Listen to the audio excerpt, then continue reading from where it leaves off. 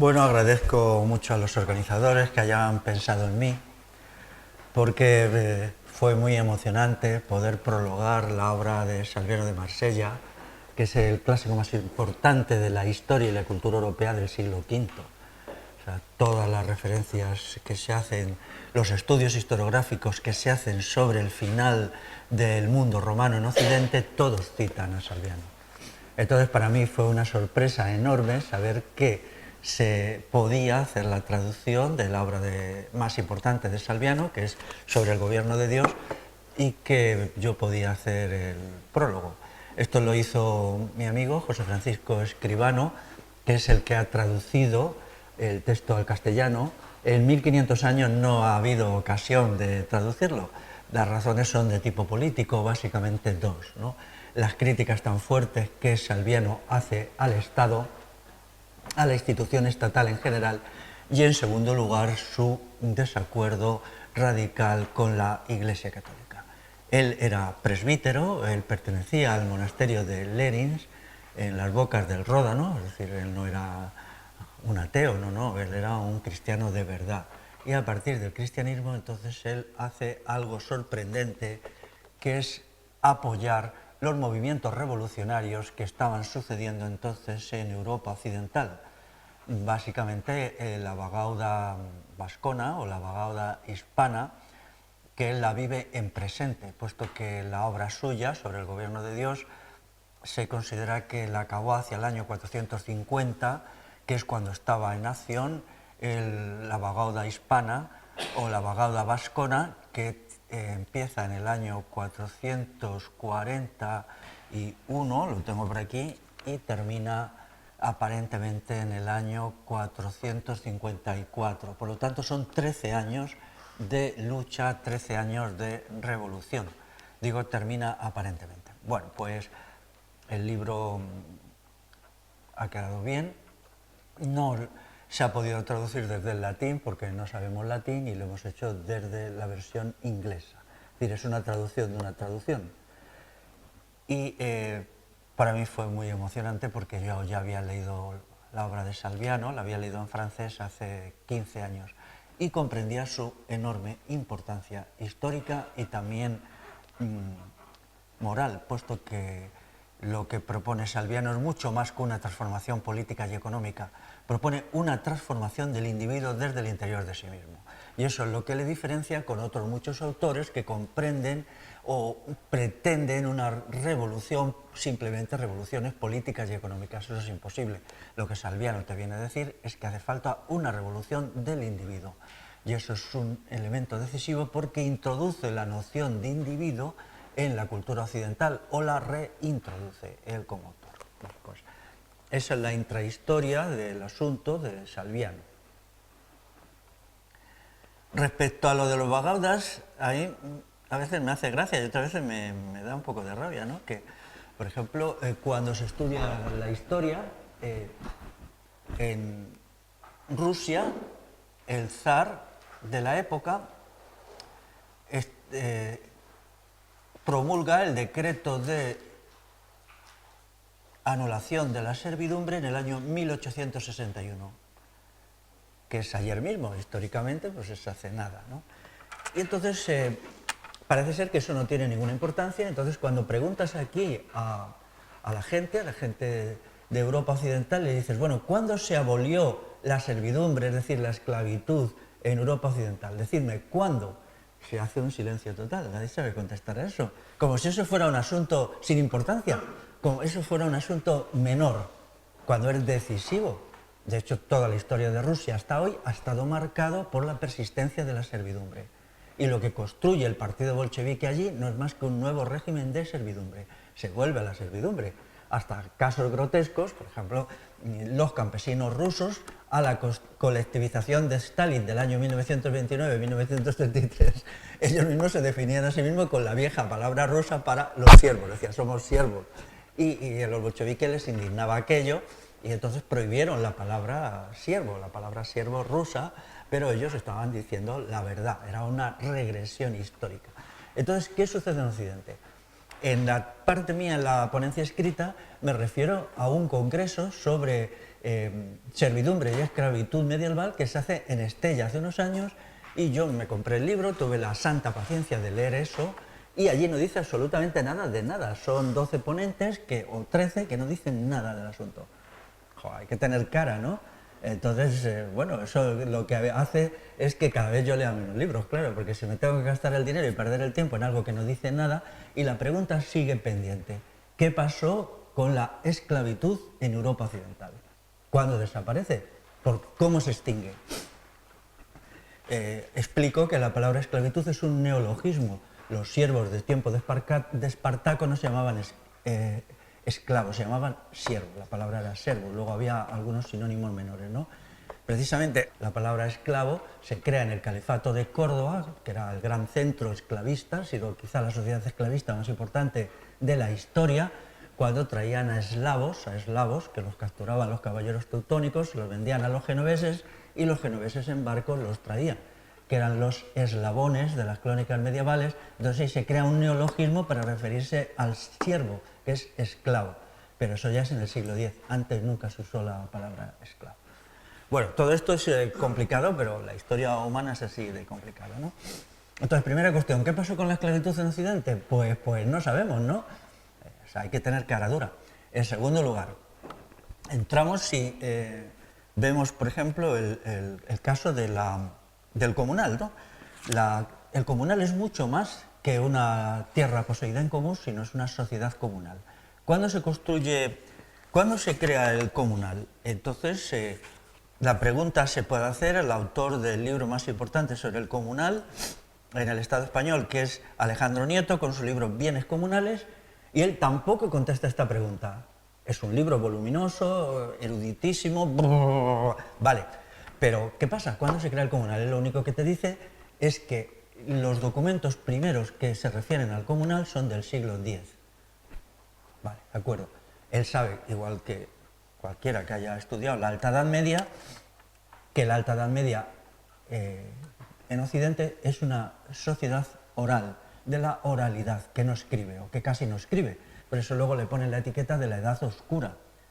Por lo tanto, el comunal no pudo crearse en el siglo X, sino mucho antes. Por supuesto, Alejandro Nieto es un hombre muy culto que nunca dice que el comunal se creara en el siglo X, ni siquiera en el siglo IX. Solo dice que aparece escrito. Por cierto, él tiene algunos estudios interesantes sobre el comunal en Álava, posteriores al libro que cito. Entonces, bueno, aquí hay un misterio, hay un proyecto de no querer entrar en elementos decisivos de la historia de la cultura occidental, como es el final de la esclavitud, que para mí es la mayor revolución de la historia, la mayor, porque es la primera vez en el tiempo histórico. No sabemos lo que pasó antes de que hubiera documentación escrita, no sabemos cómo podían ser las sociedades hace 30.000 años, pero lo que sabemos es la mayor revolución, la más importante de todas. No puedo explicar ahora por qué, y cualquier intento de compararlo con la abolición de la esclavitud en Estados Unidos por Lincoln no tiene nada que ver, nada. Lo de Lincoln es otra historia, otro asunto que no está relacionado. Entonces estas cuestiones pues no tienen explicación, pero yo siempre las he investigado. Ya cuando Navarralde tuvo el detalle de invitarme al Congreso 1 sobre Derecho Pirenaico, en mi estudio del Foro General de Navarra, yo ya cito estas cuestiones. Pero todavía no tenía claro en mi cabeza, esto lo escribí hace 2 años y medio, qué había pasado con los bagaudas. Estaban todos estos datos ahí, y fue cuando volví otra vez a replantearme el análisis del movimiento bagauda vascón, porque está la bagauda gala, y yo entiendo que ha habido también más bagaudas, probablemente hubo otra de la que no hay documentación, o solo citas muy pequeñas, en lo que hoy es el norte de Italia. Entonces fue cuando empecé a entender y a encajar piezas hasta llegar a las conclusiones que ahora defiendo, ¿no? Entonces, por ejemplo, lo voy a decir ya, aquí la gente que hace historia de Navarra no se toma en serio, yo no sé por qué, el preámbulo al Foro General de Navarra, un documento escrito hacia el año 1280. Entonces yo creo que lo que dice el preámbulo del Foro General de Navarra, que son 25 líneas, no más, es exacto, es correcto y yo lo apoyo casi al 100%.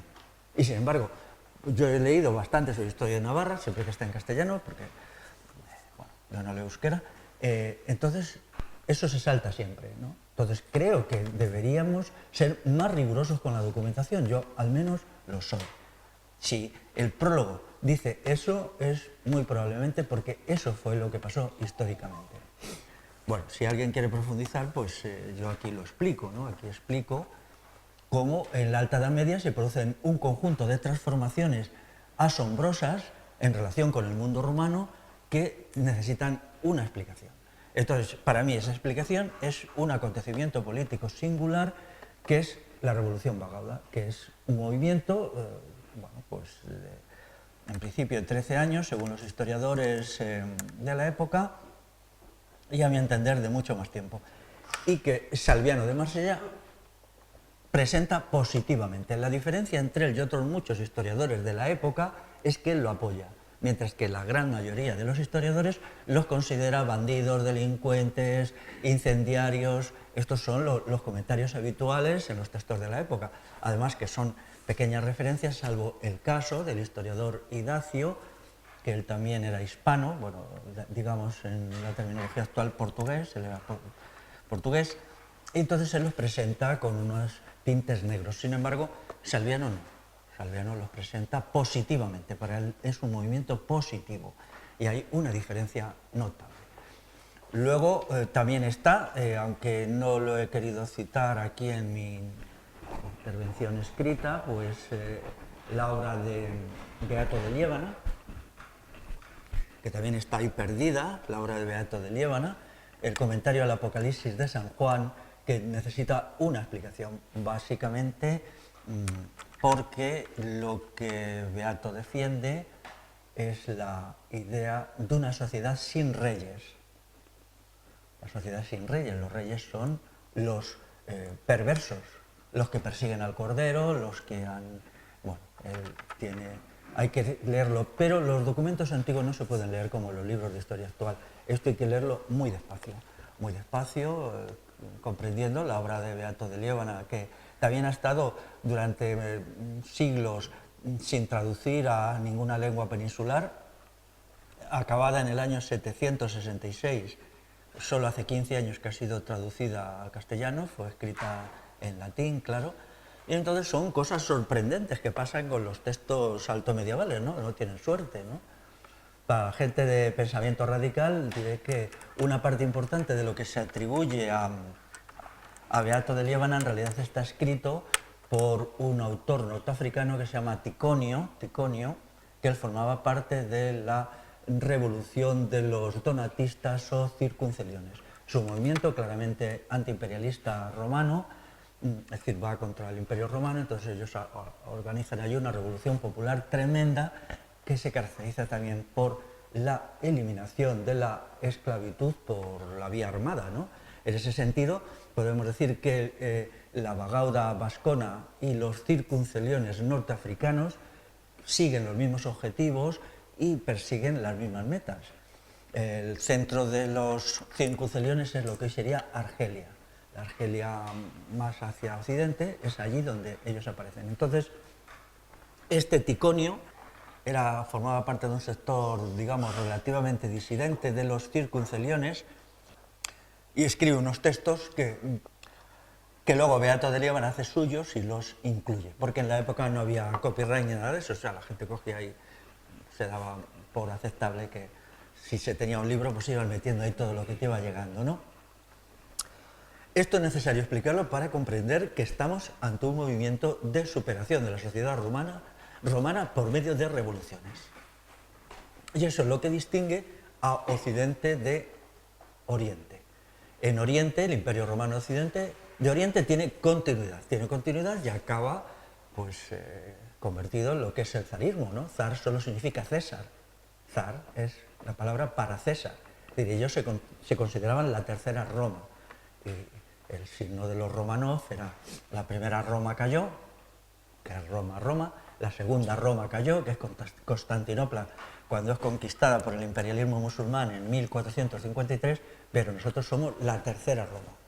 Y entonces ellos mantienen las instituciones esencialmente romanas, entre ellas la esclavitud, hasta 1861, en que ya la presión de los factores económicos hace que el zar se atreva a dictar un decreto de abolición de la servidumbre que es formal y ficticio, porque no pasó tal cosa, en realidad no sucedió. Bueno, todo esto hace que la historia de Occidente sea distinta. Distinta para bien en muchas cosas y distinta para mal en algunas. Pero todo esto hay que retrotraerlo a lo que fue el movimiento Bagauda. El movimiento Bagauda, que en Baskonia tiene la peculiaridad de triunfar.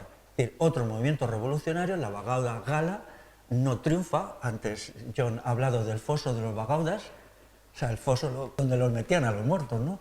La Bagauda Gala, que fue bastante al norte, pues es derrotada, entonces hacen allí un enterramiento y los van metiendo a todos, ¿no? Luego, los movimientos norteafricanos, cincuceliones, donatistas y tal, pues se mantienen ahí durante 200 años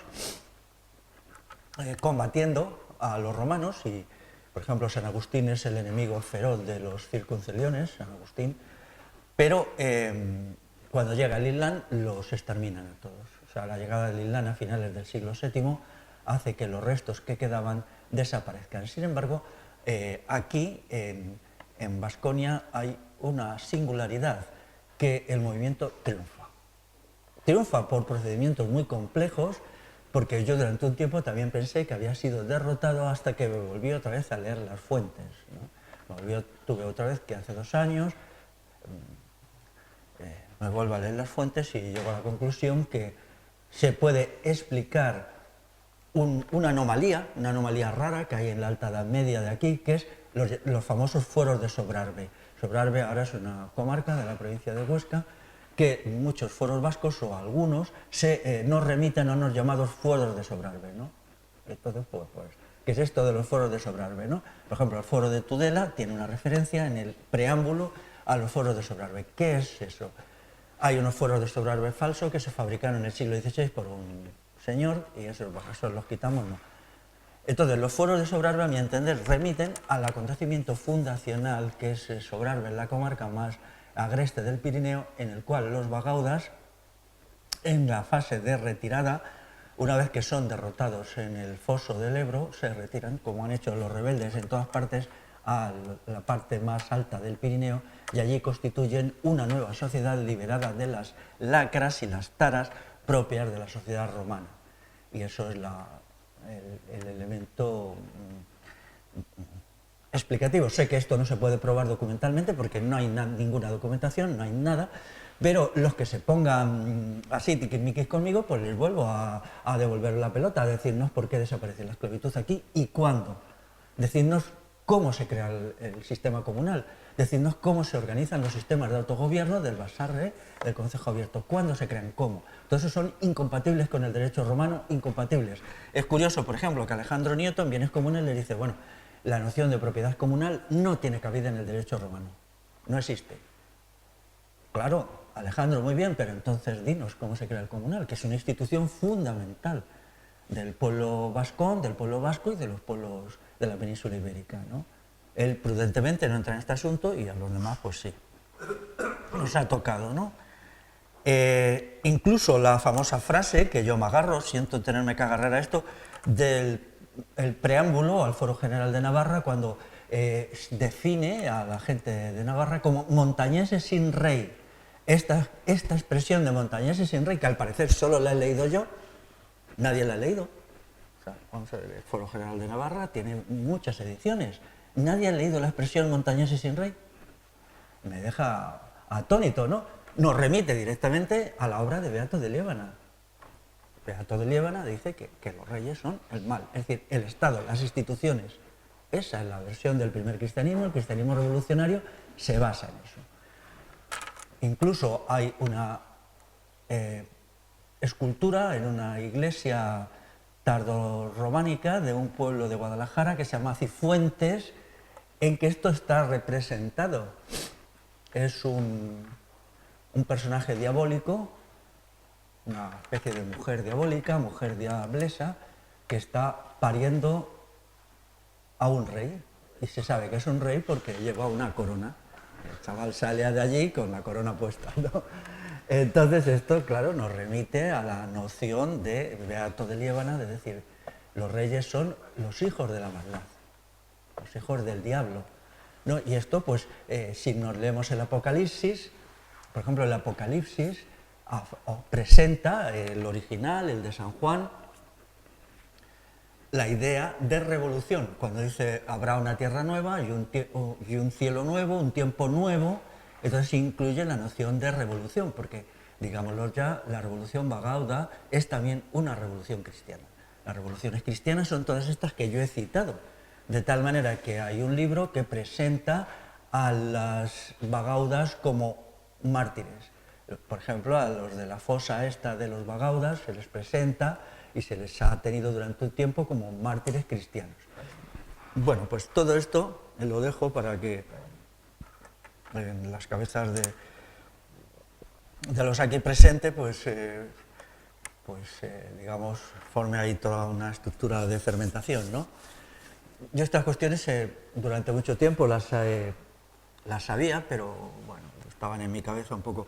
Yo escribía ya hace 6 años el libro este de arte medieval, he trabajado bastante de guía de arte medieval y lo hice como entretenimiento personal, no tiene pretensiones de nada, simplemente pues la gente que quiere ver arte medieval pues y lo siguen haciendo y de hecho luego me escriben y cogen mi libro y recorren Cantabria, recorren Álava, Burgos, Segovia y cuando yo lo veía pues me fijaba en estas cosas, ¿no? En cosas interesantes, por ejemplo, porque el arte medieval incluye cantidad de escenas de trabajo. Gente trabajando, incluso herreros, gente conoces, gente... ¿Por qué el pueblo trabajador es representado en el arte medieval y solo en el arte medieval? ¿No? Eso es importante. Cuando llega la contrarrevolución del gótico, desaparecen las escenas de trabajadores. Ya solo quedan ángeles, santos, príncipes, princesas, vírgenes, pero desaparecen por completo. Sin embargo, es muy normal, ¿no? Yo aquí, en las fotografías de mi libro, pues es normal, ¿no? Por ejemplo, una escena de, esto es un pueblo de Segovia, una escena de albañiles, albañilería. ¿No? Y, bueno, entonces, ¿qué significa? Que sucede algo en la Alta Edad Media que crea una, lo voy a decir, una república de trabajadores. Ya sé que esta frase tiene una repercusión histórica un poquito rara, ¿no? Pero república de trabajadores quiere decir que se crea una sociedad del trabajo libre en la cual el trabajo se valora y se considera que todo el mundo debe trabajar con sus manos. Esto está perfectamente documentado. El monacato cristiano revolucionario o cenobitismo cristiano exigía el trabajo manual a sus integrantes debían de trabajar con sus manos. La explicación política de esto es muy sencilla, si todo el mundo trabaja con sus manos no necesitamos esclavos. Una sociedad que haya renunciado por razones políticas, morales, incluso religiosas a la esclavitud, tiene que vivir de su propio trabajo. Entonces, el mensaje es que el trabajo es bueno. Uno de los logros de la revolución Bagauda es la revolución del trabajo. Hay una idea del trabajo que es distinta de la romana, radicalmente distinta. Los romanos odiaban el trabajo porque era de esclavos. Entonces la gente no quería trabajar, el trabajo manual era vil. Entonces las revoluciones de la Alta Edad Media sí valoran el trabajo. Y entonces lo que se crea es una sociedad de abundancia material. Una abundancia material suficiente y de avances tecnológicos importantes. Yo aquí me permito explicar los avances que en los vascones vascos, uso esta expresión porque el término vascón se deja ya de utilizar en el siglo VII o VIII, por ejemplo, las ferrerías vienen de ahí. O sea, aquí hay una gran revolución, la forma de hacer el hierro, de producir el hierro en algún momento, según algún estudioso en el siglo IX, se empieza a hacer de una manera completamente distinta, mucho más eficaz, a como lo hacía el mundo romano. El siglo IX, yo creo que mucho antes. ¿Por qué? Porque cuando el trabajador es libre y siente que su trabajo es un ejercicio de libertad y de autorrealización personal, entonces se consigue que la adhesión al trabajo sea libre, sea voluntaria y se avanza. No voy a entrar ahora en explicar todos los avances que hay con los molinos, las máquinas de agua, por ejemplo, para mí una máquina maravillosa que ahorró un montón de trabajo y que proporciona al occidente europeo una superioridad tecnológica cuantitativa y cualitativa es la Sierra de Agua. Yo soy un entusiasta de la Sierra de Agua porque ha habido un pueblo de Soria que ha tenido funcionando una Sierra de Agua por el sistema de los molinos hasta hace 80 años, ¿no? Entonces, cortar un tronco grande para hacer tablas, por ejemplo, estas tablas con una Sierra de Agua, que es un sistema automático de vaivén, ¿no? O hacerlo como lo hacían los romanos con alzada, pues hay una diferencia esencial, ¿no? Entonces, algún día habrá que hacer un análisis de lo que significó la revolución altomedieval como revolución tecnológica. Hay un autor francés que dice la revolución tecnológica de la Edad Media, pero la sitúa en el siglo XII. Para el caso de la Galia esto es verdad, para el caso del norte de la península ibérica no, es muy anterior. Esa revolución ya estaba en marcha en el siglo VIII y por ahí hay gente que... Bueno, aquí en mi parte escrita doy una pequeña notita y hago una referencia por si alguien quiere profundizar eso. Sé que lo estoy explicando todo de una manera confusa, pero como está el texto, pues quien quiera luego lo lee, ¿no? Es como la estructura de Euskal Herria, que nos ha llegado bastante bien, es el modelo de una sociedad de soberanía popular con autogobierno. Cuando estudiamos los 7 territorios y vemos cómo se estructuran de abajo arriba, esto es el modelo mejor de una sociedad democrática en donde el poder popular está en la base y luego va subiendo del municipio a la comarca, al territorio y a una entidad superior también. Por tanto, cuando nos siguen contando la historia de la democracia griega, yo propondría con mucho más razón la historia de una democracia vasca, ¿no? Me parece que tiene mucho más elementos, porque la democracia griega, ¿qué era la democracia griega? Es solo una palabra. Bueno, existía para una minoría, que era la minoría de varones, ricos y tal y cual, y ni siquiera, porque allí había un aparato estatal. Entonces todo esto de nuevo nos remiten a que hubo un acontecimiento político previo en el cual se quiebra el modo de existencia de las sociedades bajo Roma, cosa que no sucede en Oriente. En Oriente el imperio continúa y continúa hasta el siglo XIX, incluso hasta el siglo XX. Si estudiamos las cosas que hace Putin ahora mismo, en Rusia, pues vemos todo el eco de lo que fue una ausencia de ruptura histórica, ¿no? Incluso un hecho que puede parecer marginal a alguna gente, ¿no? Porque el problema tan tremendo que siempre ha habido en los pueblos del Oriente Europeo con el alcohol, que sigue existiendo. Hay un estudio que dice que la Unión Soviética se derrumbó por el alcoholismo. Sin embargo, eso en Occidente no sucede. Si admitimos que se acude a ese tipo de drogas como es el alcohol en una situación de sobreopresión, entonces tenemos que entender que en el Occidente pues las cosas fueron de otra manera. Todo esto está en relación con el movimiento Bagauda. Formalmente pues es una revolución para la Bagauda vascona que empieza en el año 441. Parece que hay un primer chispazo y luego se separa. Hay una represión, los romanos ya muy en decadencia lo que utilizan son tropas germánicas. Como ellos tenían mercenarios germánicos, lo que hacen sobre todo es valerse de los visigodos. Los visigodos son la fuerza represiva que las autoridades romanas lanzan contra los bagaudas. Luego en el año 443 está el lanzamiento de Araquil, que está en la población de... a ver si la tengo por aquí, de Navarra, de Corella. En Corella hay un descampado y parece que es cuando la revolución toma ímpetu, toma fuerza y entonces continúa. Luego está el episodio de la toma de Tarazona, que antes ha citado él. Allí hay un combate con la guarnición visigoda. Los autores dicen que allí había una guarnición visigoda. De hecho, ya el aparato militar romano casi no existía salvo quizá los generales y tal. Las tropas eran todos ya germánicos, ¿no? Y la cosa continúa, es importante, por ejemplo, creo que es un detalle que nadie cita, no sé, a veces tengo la sensación que yo solo leo los textos, matan al obispo, dan muerte al obispo de Tarazona, que eso está muy en relación con el conflicto tremendo que había entre la iglesia oficial la iglesia creada por Constantino y el verdadero cristianismo del monacato cristiano. Hay un conflicto ahí, ¿no? Un conflicto fuerte que va a tener repercusiones en Europa durante siglos, ¿no? Y luego, bueno, pues parece que los bagaudas evolucionan hacia la zona, lo que es Cataluña, hay algún en lo que hoy es Lleida, y luego se desvanecen, ¿no? Se desvanecen aparentemente, aunque buscas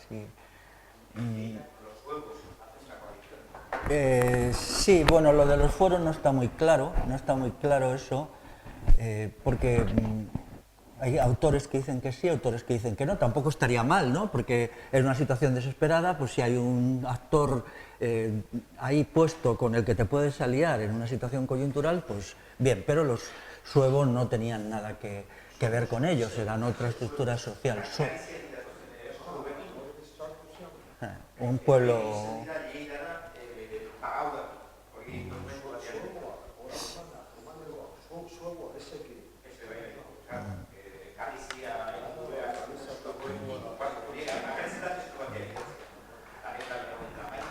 Bueno, entonces en Corella, por lo tanto, está el lugar que podemos definir como central en todo este movimiento del alzamiento vascón, pero claro, la obra de Salviano de Marsella hay que entenderla. Él no citó ni una sola vez la palabra vascones, él se refiere a los bagaudas generalizando como quienes se oponen a Roma.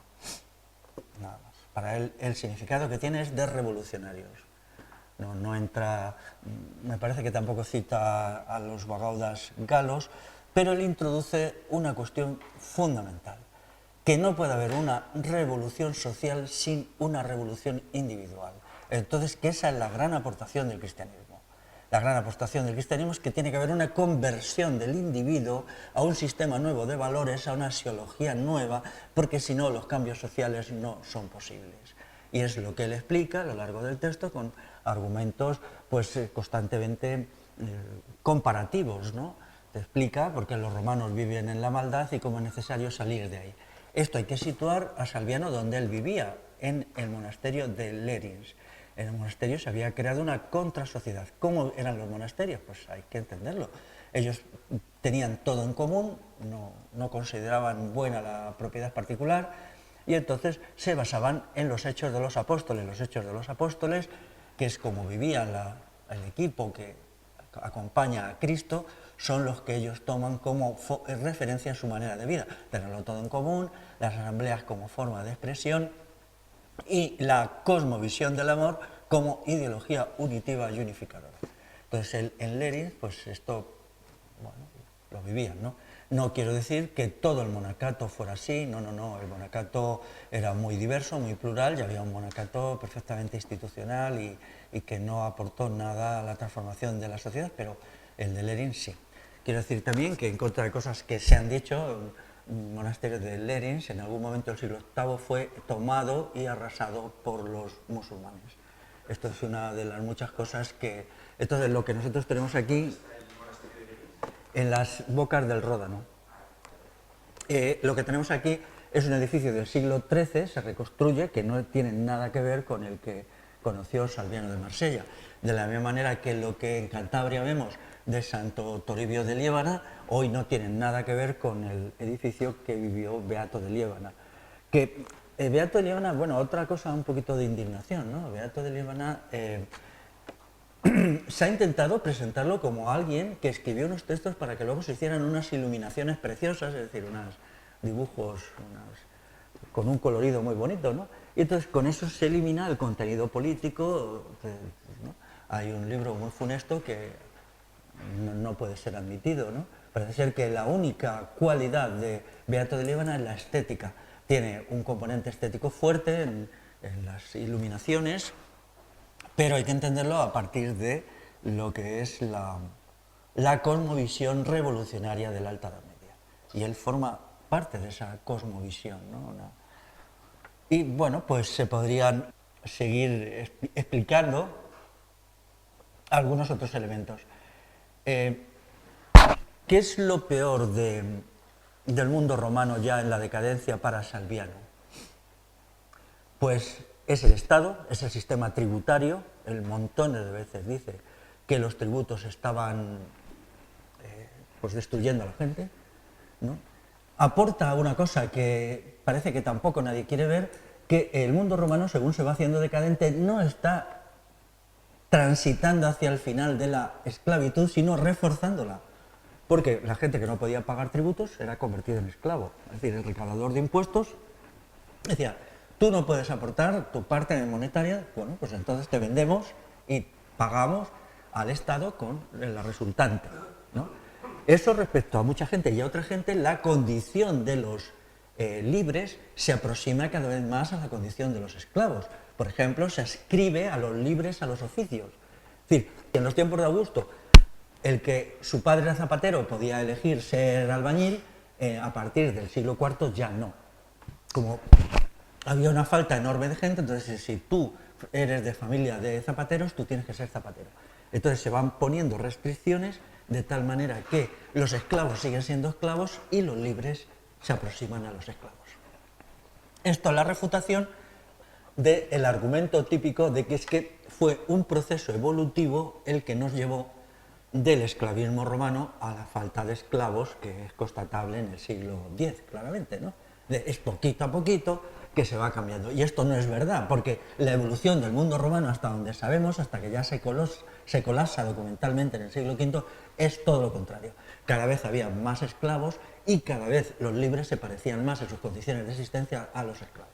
Y en segundo lugar, en Oriente, en lo que luego sería Rusia, allí no hay ninguna evolución hacia el final del esclavismo. Lo que hay es un esclavismo que se mantiene hasta que una serie de factores complejos hace que el mismo zar lance el edicto de abolición, que no tiene mayor significado práctico, ¿eh? Eso que se queda ahí, más bien era debido a que era necesario que a las fábricas que se estaban creando entonces masivamente, que la mano de obra campesina pudiera acceder. Tenía simplemente un fin instrumental, no tenía como objetivo transformar una sociedad esclavista en una sociedad de seres humanos libres, que es una cosa extremadamente difícil de hacer y extremadamente revolucionaria. Si alguien quiere mirar mi análisis del fenómeno Espartaco, por qué Espartaco fracasa, lo tengo en un texto mío en mi web, pues bueno, hay que leerlo a la luz de estos acontecimientos. Hay un momento que Espartaco va ganando, que los romanos se están batiendo en retirada y que él tiene un montón de gente detrás. Sin embargo, ¿dónde está el fracaso de Espartaco? El fracaso de Espartaco está en que allí no había gente preparada para hacer una sociedad libre, puesto que los mismos esclavos que habían hecho el alzamiento en el 73 antes de nuestra era se estaban volviendo esclavistas a lo largo del proceso de lucha, y entonces lo único que estaba viendo era dar la vuelta a la tortilla, pero no había la mentalidad, la cosmovisión y el sistema de valores adecuado para crear una sociedad sin esclavos. Entonces, cuando Espartaco presenta a sus ayudantes este asunto, la reacción de sus ayudantes es violenta, le amenazan. Hay un momento en que le amenazan, ¿no? El que está diciendo, no hemos hecho la revolución para cambiar de amos. ¿Por qué estamos ahora? ¿Por qué si hemos matado a los esclavistas y ahora resulta que nosotros queremos ser los esclavistas? Entonces llega un asunto, mi versión de los hechos, y lo he estudiado mucho, es que Espartaco considera que no tiene sentido continuar y entonces busca una batalla desesperada en la que morir con dignidad y punto, y ahí acaba todo, ¿no? Entonces eso es lo que Salviano resuelve, porque lo toma del cristianismo, que es una ideología revolucionaria, y entonces dice, tenemos que hacer una transformación personal, y esa transformación personal es la que nos puede permitir dar el salto a una sociedad libre y no simplemente pasar de un régimen esclavista a otro régimen esclavista. Prefiero acabar lo antes posible y contestar a las preguntas si las hay. Aquí en Euskal Herria hay una manifestación del monacato cristiano formidable, que es en Álava, la zona del Año, todo esto. No, yo que he trabajado de guía, he hecho trabajos de guía allí. Allí hay unos eremitorios magníficos, que es una pequeña carreterita en la población del Año, que va uno por la carretera y los ve a un lado y a otros son eremitorios, algunos de ellos tienen tumbas, otros tienen sitios para conservar agua. Es lo que se ha llamado la Capadocia del País Vasco. Esta es otra de las piezas que nos permite comprender qué fue la Revolución Bagauda. La Revolución Bagauda también tiene un componente, digamos, europeo fundamental, que es el cristianismo, que aparece como un proyecto a nivel europeo. Entonces, una de mis esperanzas es que algún día se explique todas estas eremitorios, que son muchos. Yo creo que una vez conté 20 y algo y no los vi todos porque es un sitio muy escarpado y difícil, que formalmente se suelen datar en el siglo VII, pero no, bueno, o sea, el siglo VII, el siglo V, el siglo IV, nadie lo sabe en realidad, ¿no? Y sería importante pues integrarlos. Yo creo que aquí los cito. Espero que se haga un vídeo, un buen vídeo, sobre estos eremitorios, son bastante espectaculares. Entonces tenemos ya todas las piezas, ¿no? Un alzamiento popular, antirromano, elementos ideológicos fundamentales que unen al movimiento Bagauda-Vascón con los otros movimientos europeos y africanos que iban en la misma dirección, es decir, en la dirección de crear una sociedad nueva. Unos fracasan y otros triunfan, y finalmente pues todos los elementos que permiten comprender qué resulta de ahí, ¿no? Qué resulta de ahí, pues se puede juzgar de muchas maneras, ¿no? Una de ellas que, de nuevo, pues parece que tampoco nadie lo ha visto, ¿no? Si nosotros consideramos que el reino visigodo de Toledo era la principal fuerza militar de Europa occidental en su época, hay que explicar por qué el conflicto entre los vascones y los reyes de Toledo se mantiene durante 250 años sin que los vascones consigan, sin que los visigodos consigan ser vencedores nunca. Entonces eso significa que se tuvo que crear una sociedad muy potente demográficamente, porque las guerras eran muy fuertes, muy potente económicamente, muy potente tecnológicamente, porque si no, no se podía aguantar el choque contra una potencia militar tan fuerte como el reino visigodo. El reino visigodo había derrotado a los bizantinos en el sureste, o sea, al Imperio Romano de Oriente, los derrotó y los expulsó. Había derrotado al reino suevo, que llegó a tener un tercio de todo el tercio occidental de la península ibérica, llegó a ser suevo, y los derrotó, los integró. Bueno, los quiero decir, el procedimiento de esta gente era tremendo, mataban a los hombres y se quedaban con las mujeres. Estos eran los procedimientos de los visigodos en la guerra contra los suevos, ¿no? La monarquía sueva es perfectamente conocible, se conocen 9 reyes suevos y sin embargo no aguantaron el choque, el conflicto. El conflicto entre vascones y visigodos está bien documentado. Todas las actas que se conservan de los concilios de Toledo, y me parece que se conservan 27, los citan, todas. Todas citan el rey tal que combatió a los vascones, vas a 5 años después, el rey cual que combatió a los vascones, siempre, más o menos desde finales del siglo V. Por lo tanto, lo que surge del movimiento Bagauda tuvo que ser, bueno, un orden muy eficaz en los diversos sistemas, también en el sentido militar. El sentido militar, pues también, ¿no? Entonces estas cuestiones están ahí. No pretendo que mis interpretaciones sean totalmente exactas, porque es imposible manejarse en un mundo donde hay muy poca documentación, donde tienes que hacer demasiadas deducciones, pero creo que en líneas generales mi interpretación es acertada, y ahora ya pues solo queda que gente más competente que yo coja a fondo el fenómeno Bagauda-Vascón y lo profundice.